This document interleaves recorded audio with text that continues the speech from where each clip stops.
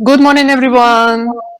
It's my pleasure to be here with you today and to start a new panel at CPDP this morning.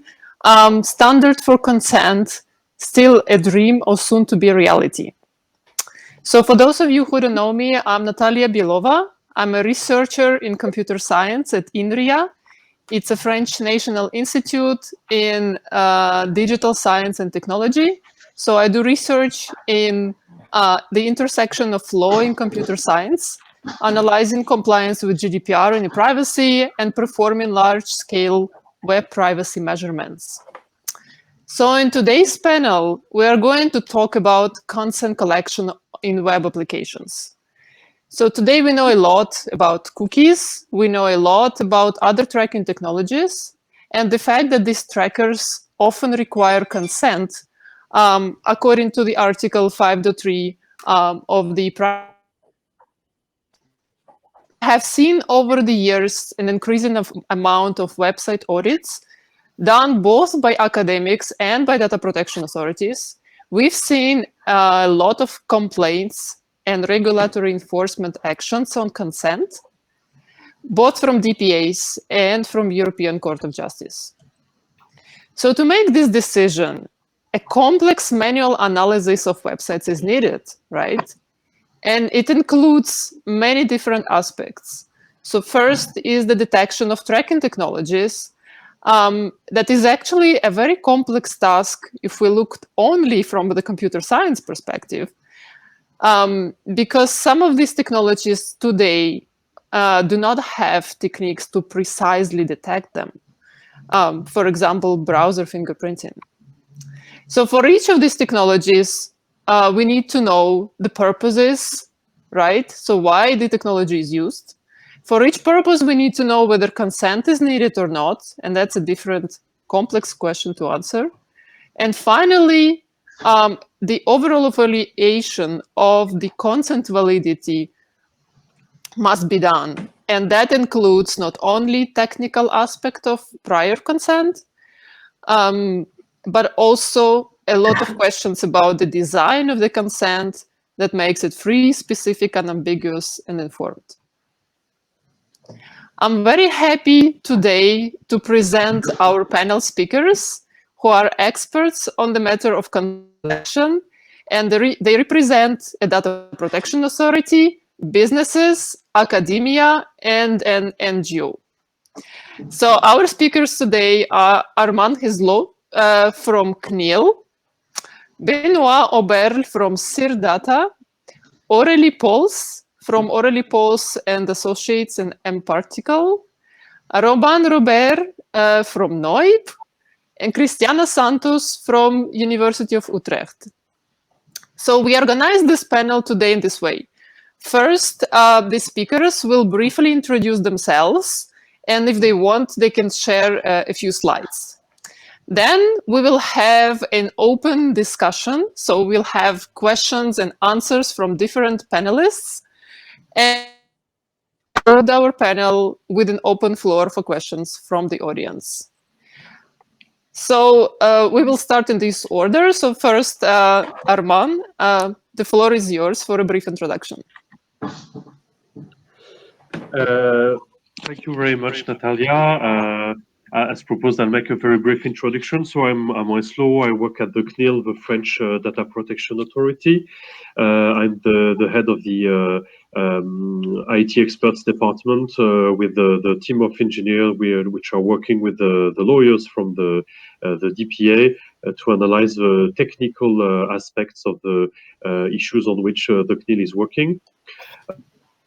The CNIL has quite a history of working on consent on cookies, of course. We've issued several intentions to, not strictly speaking fines, but several obligations for data controller to obtain consent when using geolocation data on mobile applications. Several years ago. We also have made cookies a priority for the CNIL since about 18 months. We've been working on guidelines and recommendations which have been submitted to public consultation, and we've announced 6 months period, we'll be starting to issue some fines. We also have already issued some fines on Google and Amazon regarding the use of cookies for a lack of proper consent. And well, we will continue to work on this topic the following years. Thank you, Armand. It's a pleasure to have you here with us today. Now, the next is Benoît from Sirdata. Thank you, Nataliia. So I'm Benoît, the founder of Sirdata, a 28 people company based in Paris, specialized in addressability. So we provide advertisers with targeting abilities, either based on audiences, so what we know about people, but also now based on the semantic and contextual tools to avoid processing the personal data. And we also developed a consent management platform that we provide to publishers and advertisers, so we can work with them on the transparency and collected consent aspects of the targeting purposes. Thank you. It's nice to have you here with us. Now, the next speaker is Aurélie Pauls. Thank you, Nataliia, and thank you for having me and Inria as well. Happy to be back at CPDP, even though we missed the interactions due to the current situation. So my name is Aurélie Pauls. I have my own consultancy. I'm based in Spain. I'm Dutch, French speaking, so very European-minded. I also act as an independent DPO for a customer data platform called mParticle, based out of New York, where I report to the CEO and the co-founder and work together with the project management office to assure that we are as compliant as possible with GDPR and ePrivacy and support our customers in their accountability obligations as well. I'm in my 3rd year as DPO at mParticle. We also initially launched something called OpenBSR. It was called OpenGDPR in order to make sure that we streamlined data subject requests from our customers across the platform and towards our partners as well. This was presented at the Digital Clearinghouse of the EDPS a couple of years ago in Tilburg as well. My background is in Google Analytics as one of the first Google Analytics consultants in Europe, so I have it actually works. I always say that I'm a recovering dataholic. I love data, but I also want to make sure that the balance is correct with respect to fundamental rights. I also am part of the European Center of Privacy and Cybersecurity initiative by Maastricht University, teaching their DPO courses, and also teach at Instituto de Empresa here in Spain in their big data and artificial intelligence classes. So I typically talk to both engineers who hate me and then the lawyers who hate me as well. It's about the glass being half full or half empty, trying to find the right balance between the two worlds. So I'm a great, and thank you for having me. Thank you very much. Thank you. It's my pleasure then to introduce the next speaker, Romain Robert from CNIL. Oh, sorry, from NOIB. Romain Robert from NOIB. Thank you, Nataliia, and thank you for having me here. So my name is Romain. I'm working as a data protection lawyer at NOIB, NOIB Business NGO, specializing in the enforcement of the GDPR. And I'm happy to talk about consent today with you. Thank you. It's a pleasure to have you as well with us. So our next speaker is Cristiana Santos from University of Utrecht. Hi, I'm Cristiana. I would like to present myself, but also to share 2 slides. Okay, so I would really like to share with you the lessons learned from our analysis of the IAB Europe Transparency and Consent Framework, because it has a big role in standardizing consent. So I'm sure you know it, it's very popular. It's being used by more than 1,400 websites in Europe and defines a list of purposes and legal bases. So any advertiser registered in the framework must declare the purposes and choose the legal basis they use. And next slide, please. So I'm sure you can see in this table, 10 out of the 12 purposes that the IAB uses. And we have detected two main problems with the purposes of the IAB. The way they are formulated, and also the allowable legal basis, either consent and legitimate interest, when most of these purposes actually require consent.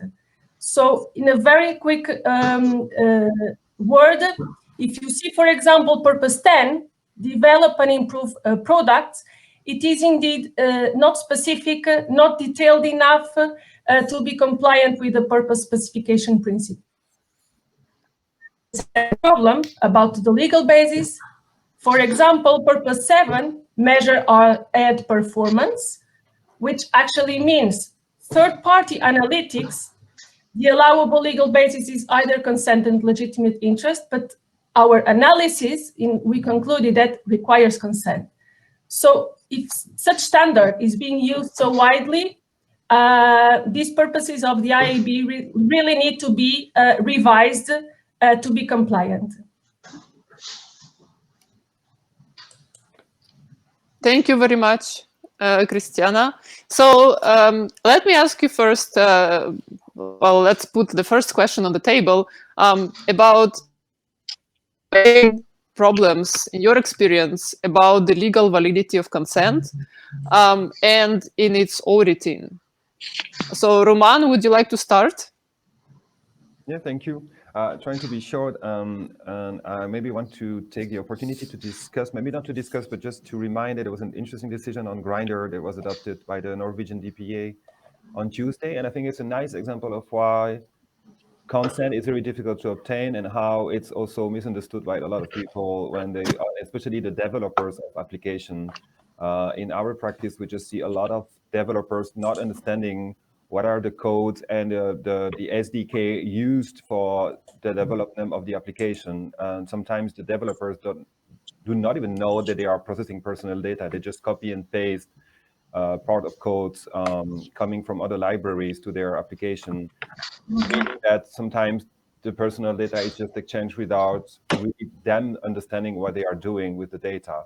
And how do you want to expect the consumers and the users to fully understand what is done with the data if the app developer does not understand it in the first place? So it's really difficult to understand. Secondly, just to jump on the slides that Cristiana just showed us, how do you expect an average consumer to understand that he has to choose between legitimate interest and consent for the same processing? It doesn't make sense. Even us, privacy experts, seems to be surprised by the choice that we are given to choose between consent and legitimate interest. So I just have doubts that my mom, and I can say hi to my mom from here, which who is 70 years old, we never understand why she's asked or to click on the button to say that she's okay with a legitimate interest for the use of the cookie. She doesn't even know whose legitimate interest the cookie banner is talking about, what she has to consent to. Is too complicated for the average user. And I think this cookie banner that you just showed us, Cristiana, just shows that it's even more complicated when they're trying to do better. I would say when the IAB is trying to do better, it makes it more complicated for the users to understand what they have to consent to. So that's another obstacle for me.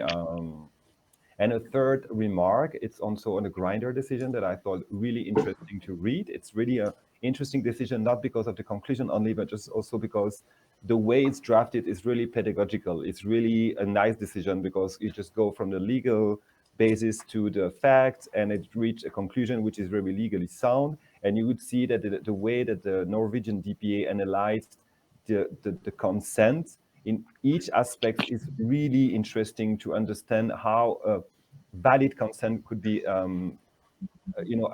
could be considered as legal and valid in the application environment. And I think this is a nice decision to understand it. That's what I would say about your question.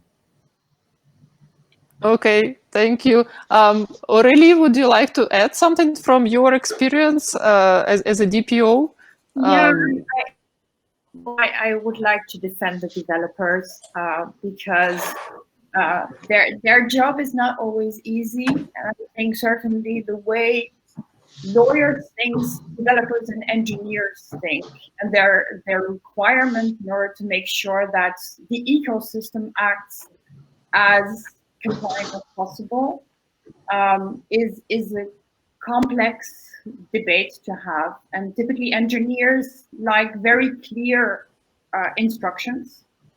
And if they sit within the right culture, there is a possibility to make sure that everything is done, goes in line with accountability obligations. So this really depends on how also a DPO, for example, works with engineers, which is not the same thing as working with HR or finance or the marketing team. So I really like to defend developers and engineers and also highlight that for them, the job of interpreting what is required is not always easy. And that there's really a need to make sure that everybody works together and that there's no finger pointing to say, oh, it's the fault of this company or it's the fault of this department, because it's really something that everybody has to work together with. Now, if we look at it from a legal perspective, I appreciate the specificity of consent within the GDPR and the different, certainly court decisions, Planet 49 and things like that, which have driven the conversation further. But then the question is, how does this translate into the data flows? How is this going to work behind the scenes exactly? And this is something also that was highlighted before when we talk about the IAB consent framework, is there are categories of uses of data, the purposes, which have been defined and which typically sits, when you think about it, not within the systems, but within the legal notices. Or, for example, now as we talk about iOS 14, within those notifications on your mobile phone. And the problem for, I think, the developers and certainly also actors working behind the scenes of the likes of Grindr is to make sure that we align what is happening with the data with what is set within the legal notices. And from a technical perspective, there is no link between the two for the moment. And I think this is going to be the challenge moving forward. First of all, to make sure what is promised to the data subject finds itself within the technical setup. And then also some form of categorization, standardization, to make sure we all understand the same thing. And we're not there yet. So I think there's still a lot of challenges that need to be met, and where we all have to work together to make sure we go in the right direction. Great. Thank you, Aurélie. Yeah, so there is a problem that there is no clear mapping, right, between the what's stated in the privacy notices and what actually happens with the data in the end. So I think this problem has been discussed over many years right now, and still we are discussing it, right? So I want to ask this question to Armand, who works at the CNIL. So what do you think we could be doing next, right? Is there a way for standardization? Is there something that can be done from a protection authority perspective? Well, the first thing that our protection authorities can do is push the whole ecosystems towards compliance by issuing guidelines and recommendations to make clear for everyone what they have to do to be compliant with the regulations, and then to have some enforcement actions to ensure that companies, data controllers who are not compliant have a very strong incentive to move towards compliance. I would like to build on the top of what has been said before regarding developers. It's true that when you look at the whole type of people, of controllers that are subject to the regulation that have to comply with it, you have very different entities. You have very big companies, small developers. the case at the CNIL, for example, we have issued a guide for developers in which we try to explain them that when they use SDK that they can find easily ready on the internet and provided by other companies, they might be processing personal data. They might be allowing third parties to process those personal data and to access them. That it's their responsibility to make sure that those SDKs, those tools they're using are compliant. But on the large scale, there is a lot of room to progress towards some clients. The key role of the data protection authorities is to clearly explain what is compliant and what is not, what type of behavior should occur. There are several tools provided by the GDPR to help the ecosystem to move toward compliance. I'm thinking certification. I'm thinking code of conduct. We have already some types of some discussion about those compliance tools with some actors on the ecosystem. It is something, of course, we'll have to favor and to deal with at the national or the European level. But there's still a lot of work to do, and basically, at the end of the day, it's the role of the ecosystem to come up with practical, technical solutions that actually work and that allow every actors in the data ecosystem, in the advertising ecosystem, to be fully compliant. Thank you very much. I think this brings us to the next question. So the ecosystem, you said that there is a big role of the ecosystem to come up with potential standards, or you didn't say standards, but to provide technical definitions of how exactly the consent can be expressed in a digital form and stored. So I would like to ask Cristiana Santos about the work she has presented, because it seems that one of these of such systems proposed by the IAB Europe has kind of became one of the de facto proposals for the standard. And what are the problems there in that ecosystem, Cristiana? So the main problems that we have encountered in our deeper research into the purposes of the IAB is that indeed they are not well formulated, and so we understood that indeed the purposes of trackers need to be specific, explicit, and legitimate, and this is Article 5.1b. The principle of purpose specification of the GDPR that actually sets the legal requirements to define purposes to process personal data.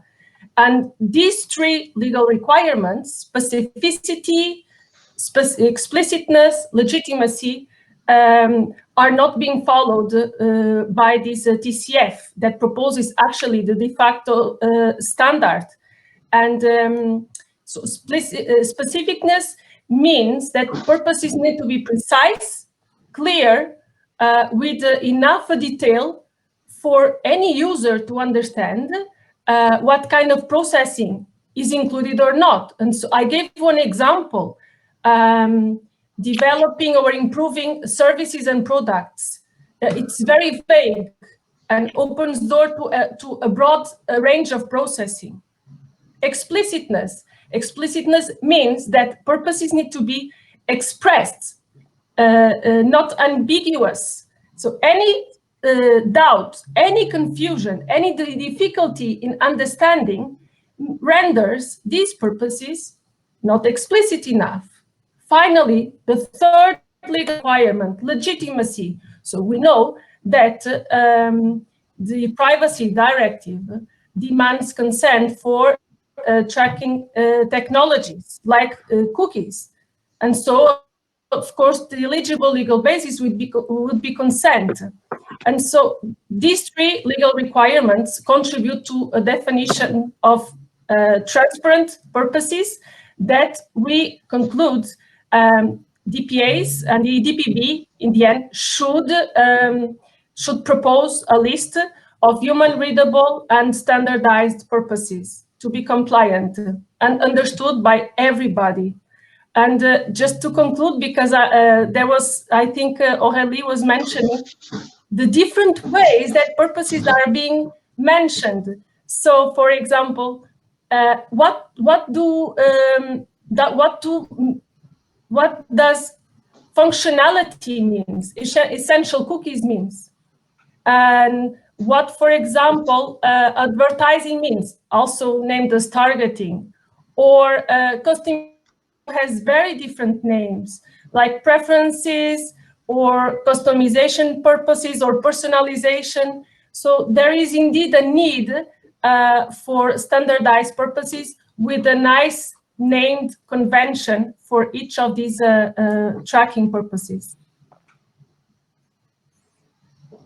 Thank you very much, Cristiana. Armand, would you like to say something about that? So do you think that the DPAs or EDPB could play some role in identifying or helping standardizing those purposes? We could help, indeed, we could help, but it's not our job to build up standards. There are other organizations that have to do that. That's one of the purposes of the AEB. You have which builds up standards. The CNIL and other data protection authorities can contribute to the elaboration of some standards, but it's not up to the DPB or to the DPA to create a list of standard purposes, because we do not process the data, we do not determine precisely the purposes. So what we can do is help and help companies, help those entities to put themselves into compliance, discuss with them, engage in discussion about the purpose they consider they are processing data for, analyze that, and in some cases propose them some adjustments. This can be done either on the prior phase, because every DPA has a component which outsources to companies that data controllers could have.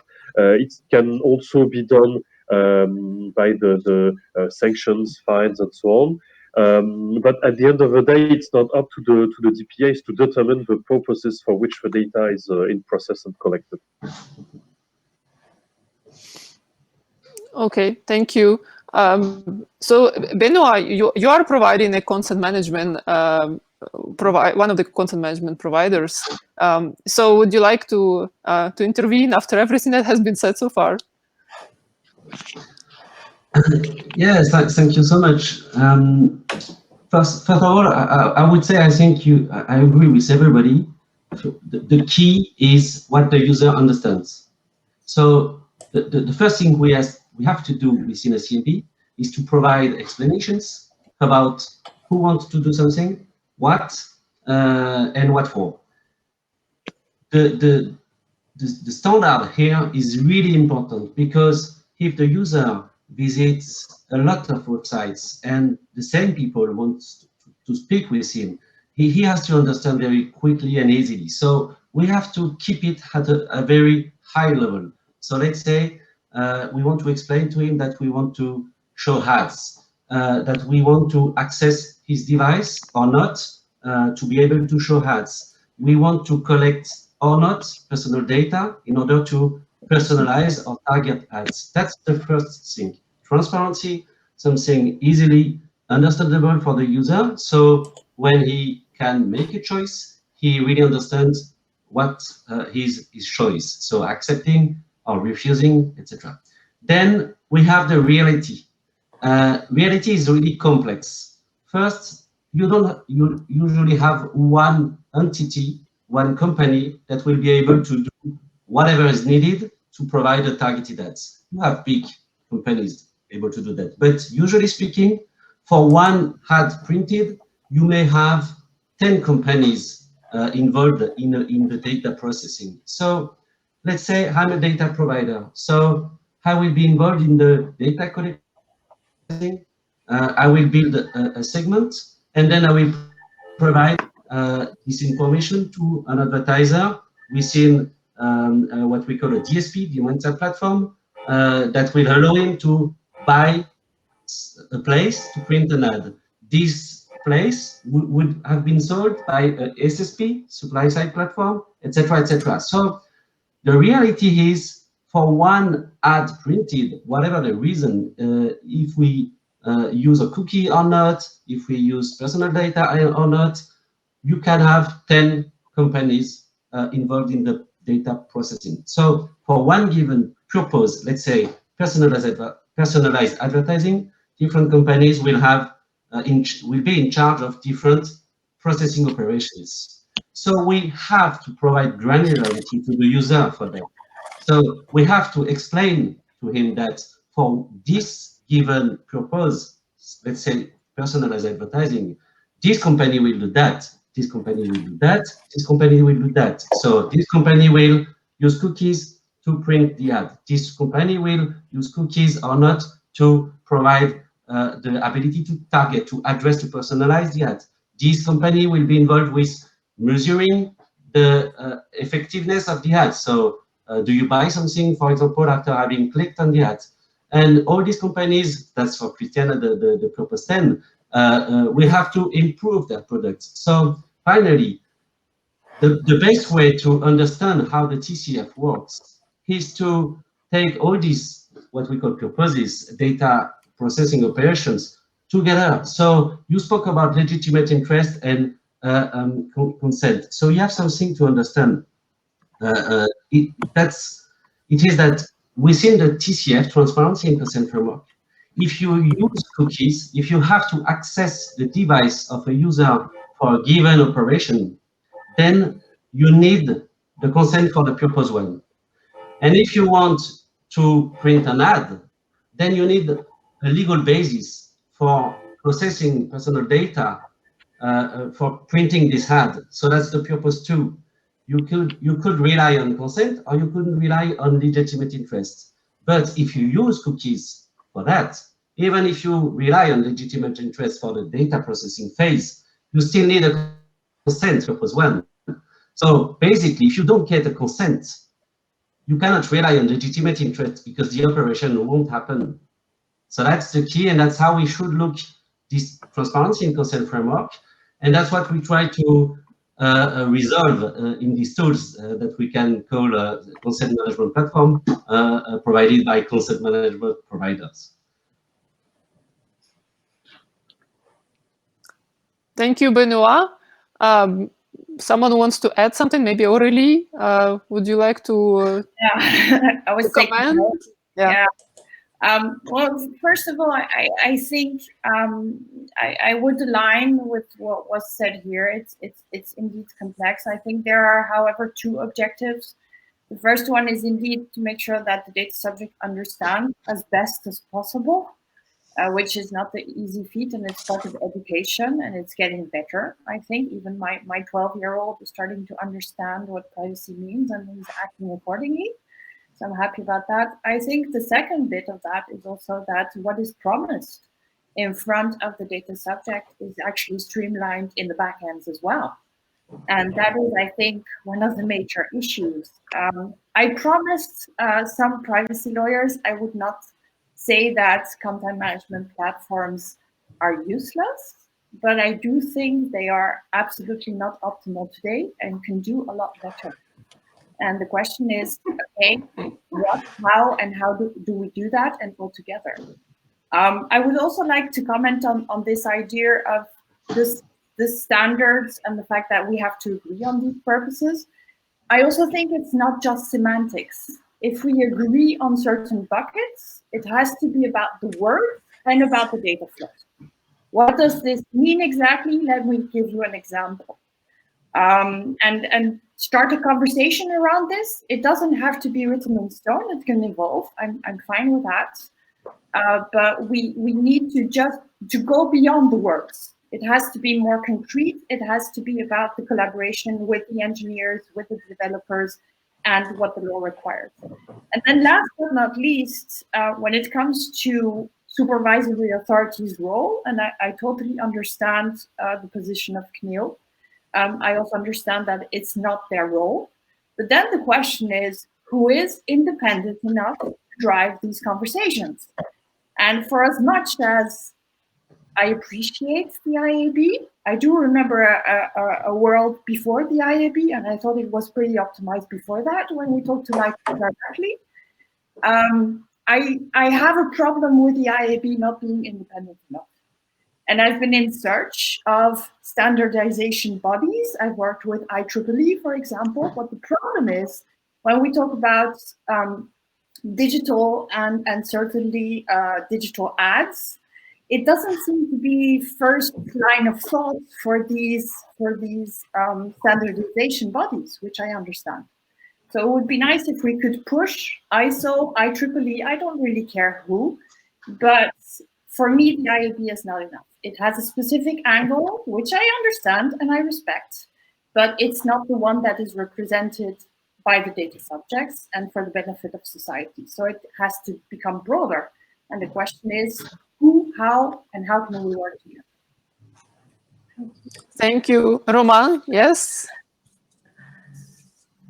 Trying to unmute myself. No, thank you. I wanted to react on this. Just first of all, of course, Aurélie, just to make myself clear, I was not pointing my finger of the engineers and the app developers. I wanted to say it's my lawyer background. It's the app owners, of course. It's just when you go to companies, we don't really care who developed the product, inside of the company. And second, of course, it's a complex area, that's for sure. And it's not up to the engineers to understand the law.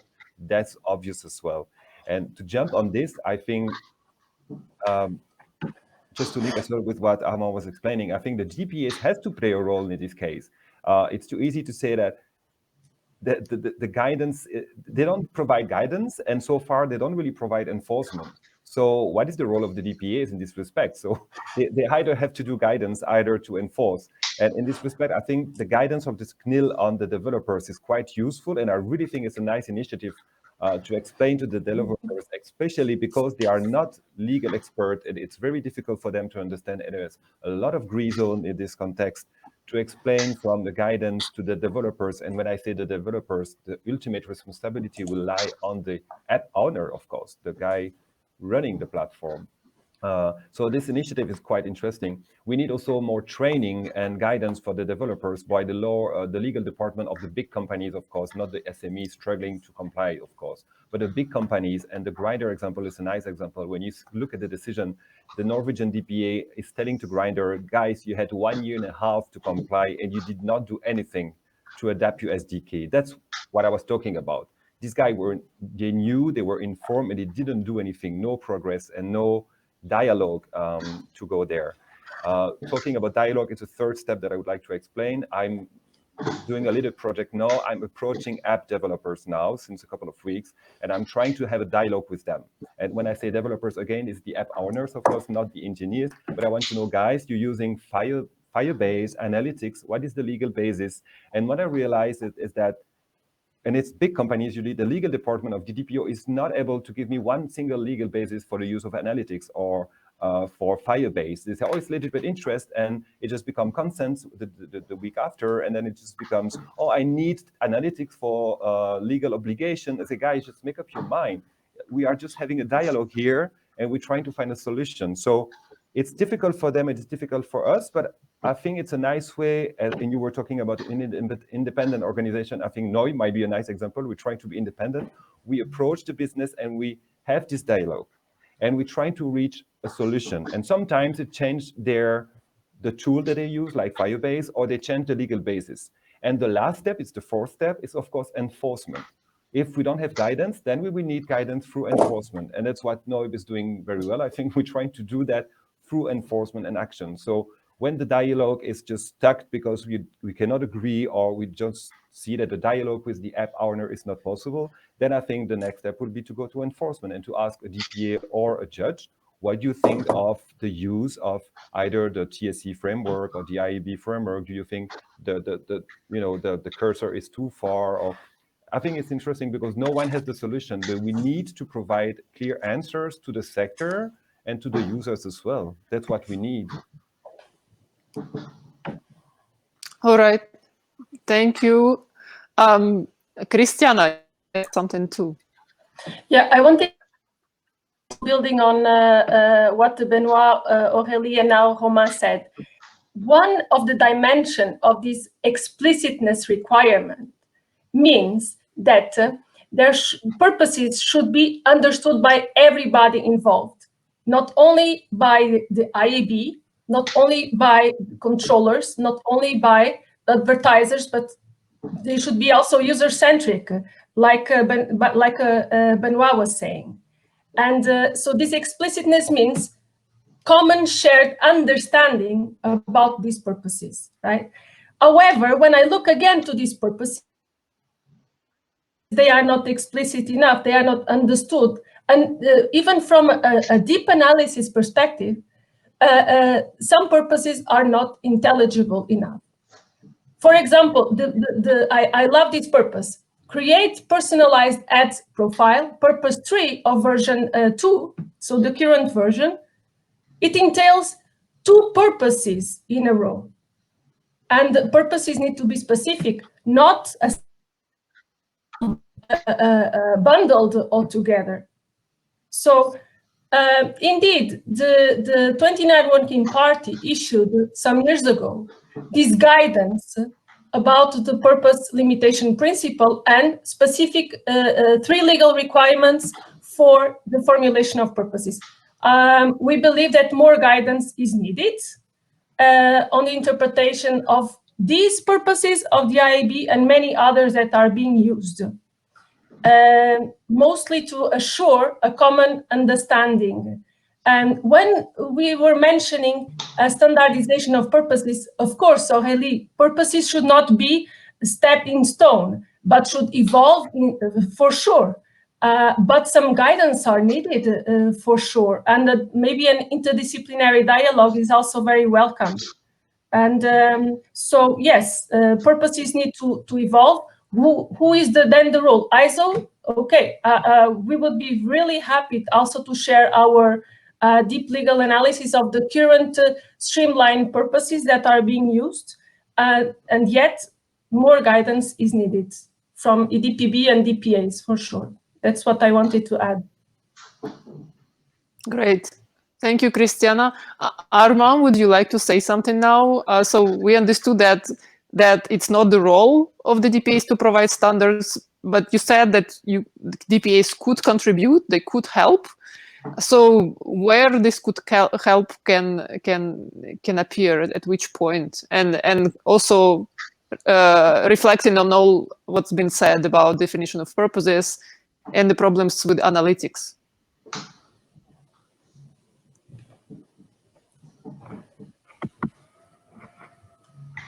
Oh, we don't hear you, Armand. Sorry, I was muted, corrected.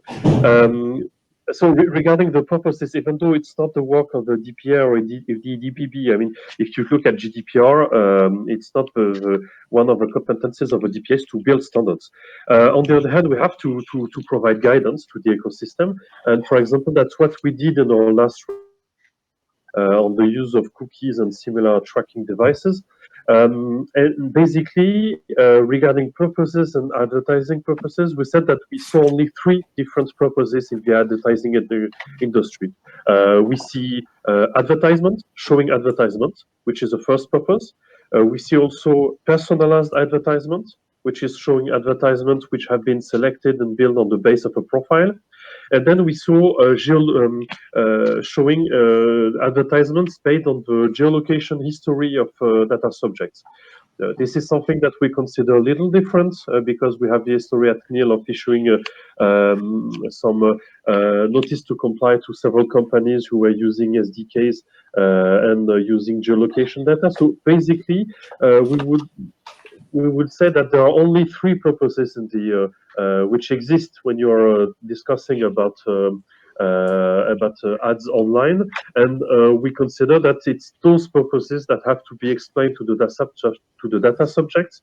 And of course, it doesn't mean that you cannot and that you should not give more information, more detailed information, explaining that, for example, when you show an ad, we'll have to select the ad, you will have frequency capping, you will have statistics to know what's the reach of your ad, and so on and so on. But we think that on the first layer, because well, of course, there has to be a layered information, but on the first layer of information, you have to say to the data subject, I request your consent to use cookies to show you ad, to show you personalized ad, or to show you personalized ad based on your history of geolocation. And what about the purpose of analytics that has been brought up by one of the speakers, right? So what would be the legal basis? And yeah, do you think that the ePrivacy regulation that's coming up could help there? Well, indeed, if you go back in time and you look at old opinions from Article 29 Working Party, I think there's an opinion dating 2010 or 2011 on the exceptions on the ePrivacy, which says that, of course, to do analytics, you need a consent because you're going to use a cookie or a similar technology, but that in most cases, those type of processing are not very intrusive, and that there could be an exception in the law. At the CNIL currently, in your guidelines and recommendation, we state that in some cases, some level of analytics can be considered as strictly necessary in order to provide the service explicitly required by the users. Of course, it does not cover all the tools which are used behind the notion of analytics, but if we look at those types of tools, we cannot conclude that analytics tools can be considered as strictly necessary, because some analytics tools will help you just monitor your website and ensure that it's correct, it's working as it should be, that you don't have 50% of your user ending up on the error pages. It helps you to follow the load on your servers and monitor and verify that it's working properly and you're not having to have technical difficulties. It helps you also determine what load you will have to endure, what technical solutions you have to put in place regarding the servers and so on.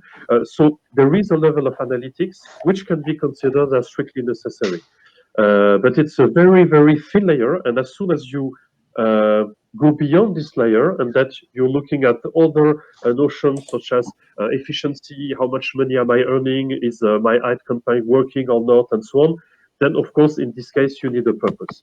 And if you're looking at if we're discussing about ads, then in my opinion analytics on ads, it's just a part of advertisement. I mean, in the digital ecosystem, you cannot have advertisement without statistics. So my answer would be that it's encompassed in the definition of advertising. And if you look at the point of view of a website or the application developer, then in this case, it's what we call web analytics, and it's perfectly fine to have web analytics. But if you go beyond the thin layer that is exempted, then of course, in this case, you need the consent. Great, thank you. Benoît, yes. Thank you so much, Armand, for this clarification. I have a question about something that I don't necessarily perfectly understand, and I'm part of the business, which is the sharing something over the social networks. I would appreciate a clarification, so maybe we could work together on that. Because who want to share something on social networks? Is it the publisher who print, let's say, a +1 button or something, or the user who wants to share something on the user network and clicks on that? And in that case, could the cookie be exempted because it's something specifically requested by the user? And then is the actual problem on that, or on the possibility to have targeted ads because of that and the data collected at this point? And in that case, isn't the problem the personalized advertising? And then we need a consent for that. So my question is, should we speak about personalized ads and also sharing something within social networks, or just personalized ads in that case? That's an interesting question. My answer would be that you have to look at the use cases, and in any case, you have to, if you want to rely on the exception for offering a service which has been explicitly requested by the users, the key issue you have to design your system in a way that it is actually the way it works. Meaning that, for example, what will not be compliant is that if on your websites, without the user doing anything and not specifically engaging with a +1 button or a like button or anything like that, if you have some cookies which are dropped, which could at some point in time allow for sharing anything on the social media, then in this case it's not compliant. The user has not requested anything yet. Once the user has said that, okay, I want to share something, then in this case, you are answering to the request of a user, and then your cookies, and from the point of view of the website owner, will be strictly necessary. When DPA started enforcement on cookies and so on, we saw, for example, some very simple tools which were made available online, for example, which allowed to drop the cookies only if the user double-clicked on the button. The idea was that when you're the website owner and you implement the system which will allow the sharing on social networks, you have to have a layered approach, meaning that the user has to click twice. First time he clicks, he will activate the snippet of code, and then the cookies will be dropped. And then he clicks another time, and he will be able to actually share the content on social networks. We also saw, for example, data controllers and website owners which developed their own system in which they were only showing an image, static image, and then only when you clicked the image, they had modified themselves the JavaScript snippets. It allowed the sharing on social networks. So both approaches are valid. The important fact is that, well, when we do an site, we will just check that if you do not interact, if you do not do anything, then in this case you don't have any cookies dropped, and once you interact, you have the cookies dropped. Thank you, Armand. Can I? Yes. So Aurélie, you can speak now, and after that, when you finish, can you also provide like a high-level final observations? I think we will have to start wrapping up our own discussion, and we will then open the floor for the questions. Sure. So just about to share this and add this and these kinds of solutions, they've been discussed over the last decade already. And it's actually a coincidence, but yesterday I was looking at data protection agreements for AddThis, and I would like to highlight that they consider themselves to be a controller and not just a processor. So I found a lot of, certainly some of my customers asking in terms of alignment with the new guidelines for CNIL, considering, for example, these share this buttons to be required for their business, which is, I think, not the right way to look at it. And I would encourage any kind of data controller that is using these kinds of tools to certainly look at the code behind it and making sure that they classify it in the right bucket and ask for the right lawful basis for the processing. Because this is, it seems very simple, but I'm not saying it's complicated, but you really have to take a look at the code that's behind it, and certainly also the legal agreements that are behind this as well. And as I mentioned, these discussions started 15 years ago, so this is not absolutely new. And AddThis belongs to Oracle, which also has kind of other issues in terms of class actions in the Netherlands. And so just so you know. Just wrapping up, I would just, emphasize that I would be happy to work on classification, standardization through a body that is independent, and happy also to work on data flows behind it, beyond the legal aspects of the legal notices, because I'm not a lawyer, it's not my job.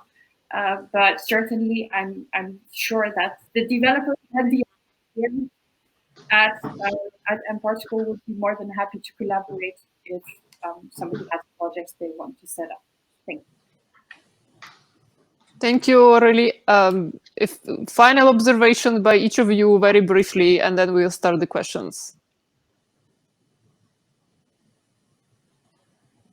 Sorry, Armand. Well, just very quick. I just wanted to clarify that when I was talking about online tool, I was not referring to tools such as ShareDis, for example, but open source tool which do not collect any data, just raw code that you can implement on your website. Okay, Cristiana, you want to add? Yes, Cristiana, then Romain. Yes.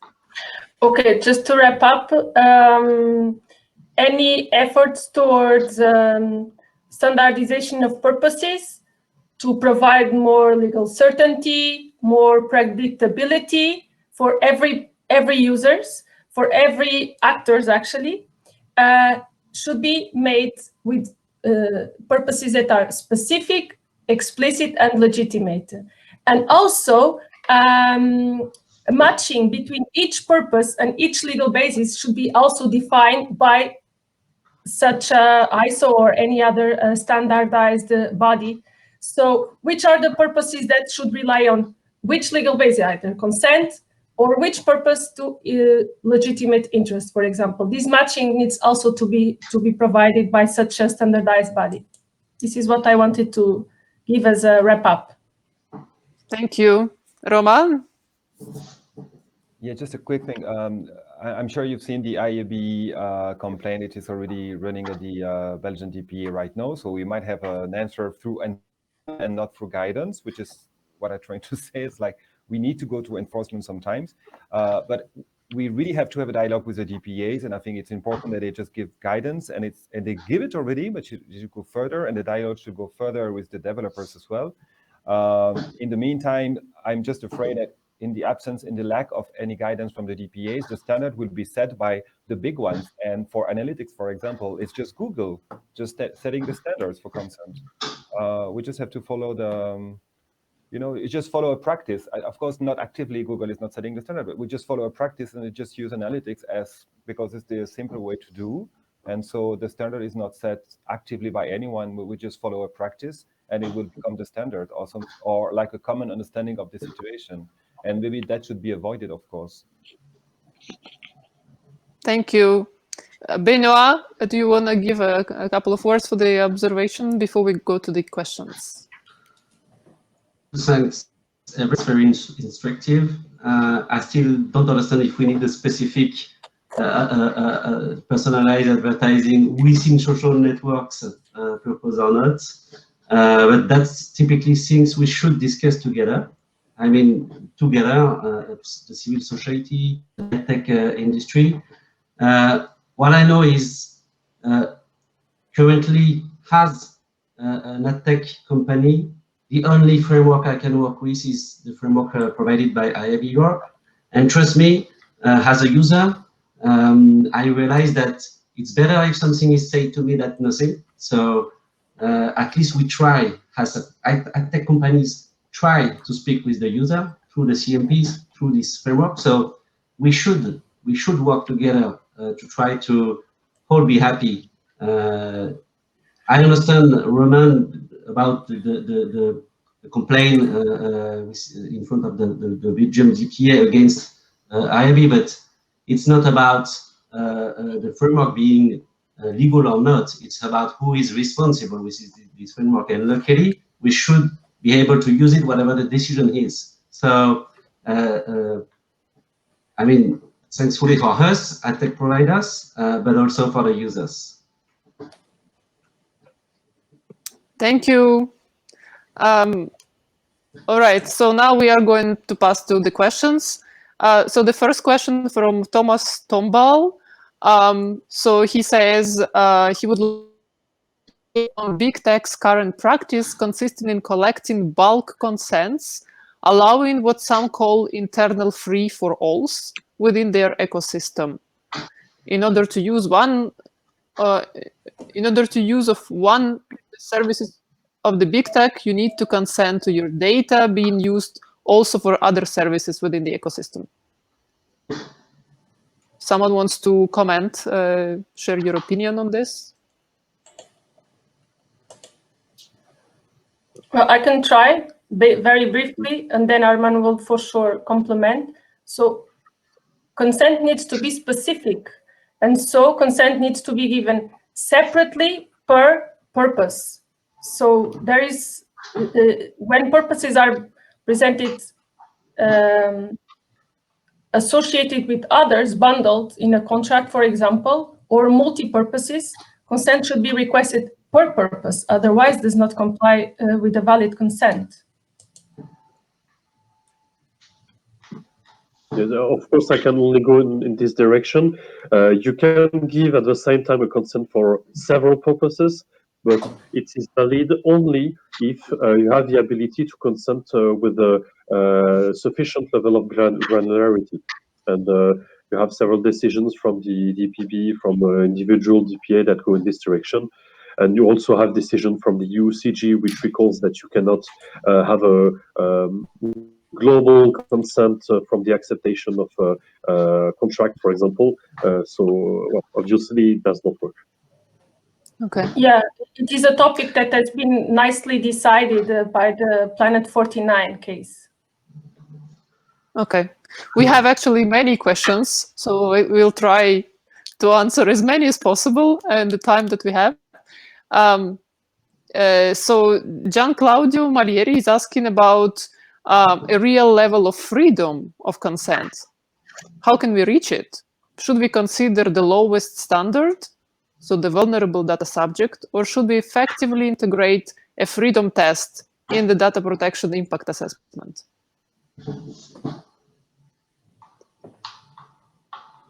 Any comments, thoughts? Benoît? Both.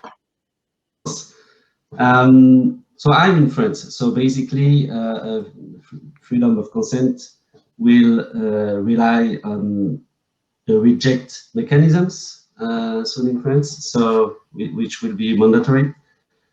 So I think if you rely on consent, you have a possibility.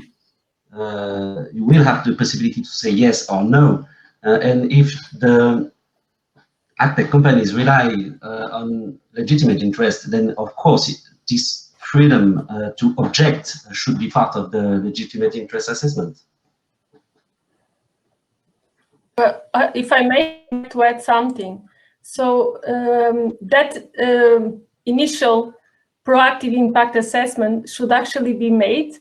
I agree with you with this very intelligent question, and also if banners as presented to users, if their design can be also standardized, so neutral design patterns, the average user or the vulnerable user could be more protected. So, for example, I'm talking about accept and revoke options to have the same level, the same color, the same positioning, the same format, the number of clicks to accept and to redraw or to reject should be the same. The information provided on the first, on the second, on the third layer should be the same. So an impact assessment should be a priori defined, but also potential standard and neutral design patterns also. So to avoid what we are talking about, dark patterns that nudge users to consent. Can I just also add something related to this? I'm not sure who asked the question. I have an idea, and I think this is also rather legal, this freedom test. But I would like Gian Claudio Malieri, yeah. Yeah. So I don't have enough background related to this, but I would like to highlight that when you undergo DPIAs, it would be nice if there would be some kind of coordination between the authorities, because, well, the open source tool in France and then the list in the ICO, which doesn't really matter anymore, but still. And so I would really appreciate some form of a coordination when it comes. data protection impact assessment. Thank you. So we have the next question from Ailo Ravna. So he's saying that according to the EDPB guidelines and the recent draft decision from the Norwegian DPA, consent is the only valid legal basis for targeted advertising. The current data sharing happening across much of the ad tech industry seem to make it impossible for consumers to make an informed decision, as you cannot foresee possible uses or consequences. If both of those are true, is it even possible to legally share personal data with third parties for advertising purposes under the current framework? Who wants to take it? So first of all, I would say that I agree if personalized advertising is based on cookies or any advice, then of course we need a consent, whatever the legal basis is after that. I would say that according to what's happening within the current ad tech industry, and we often speak about data processing under the programmatic world, then of course I understand that we could say that consent should be the relevant legal basis for data processing and personalized advertising, but also the ad tech companies could evolve. This could change. So we have to keep that in mind, that this is also the opportunity that ad tech companies could provide more respectful solutions, and then with the users. So for now, it seems like consent is the only relevant legal basis, but maybe not next year.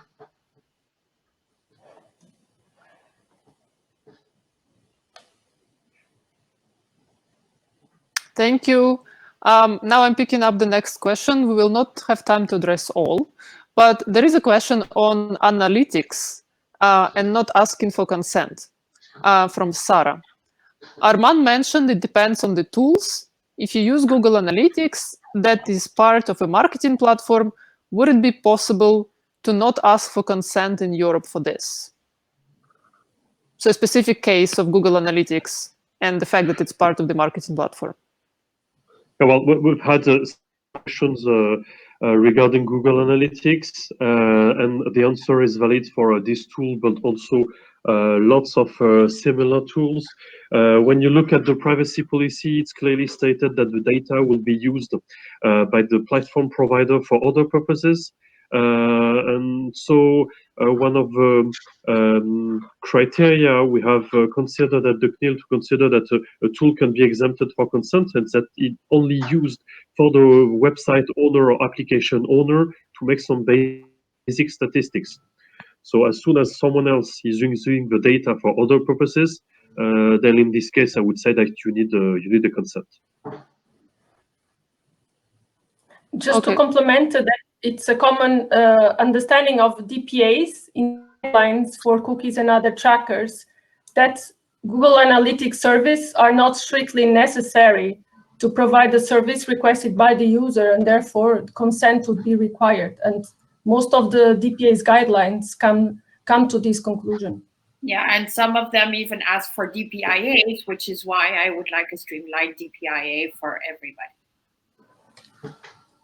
Romain, yes. And if I may, on top of that, of course, it's a little bit of obsession that I have since a couple of weeks with, and I feel really lost because we discussed about it with Firebase and Google Analytics, because this investigation that I'm trying to do, or this little dialogue that I'm trying to do with the SME is quite revealing that there was a lot of misunderstanding about the use of Google Analytics and Firebase. But just to mention as well that on top of it, Google is based in the US, and you know what I'm going to. It's another problem, but it is not addressed in the balance of interest. So just to give you an example, I had an app owner just giving me the answer that there was their legitimate interest to use Firebase or Google Analytics for the analytics of the website, but they did not analyze the fact that they were transferring the data to the US in the balance of interest as well. And I think it was so interesting to put it in the balance as well. Okay, Benoît, and after that we will have to finish our panel for today. Yes, just I wanted to say that I know the answer, but I think that a lot of people don't know if when they use their analytic tool only for analytics, then are they supposed to have a consent or not? If these tools could use the cookie for something else when a consent is given. So the same cookie could be used for either only analytic or something else, depending on consent. I think the main answer is, by design, would this cookie always need a consent whenever he is used for only analytics?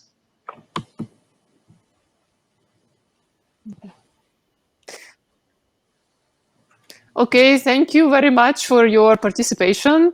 Thank you for this very productive discussion. I think we covered really a large number of topics and problems and the possible standardization. Thank you very much for being here with us today. And I hope the dialogue continues and that we go towards standardization. Thank you very much. Here now we will finish the panel. Thank you.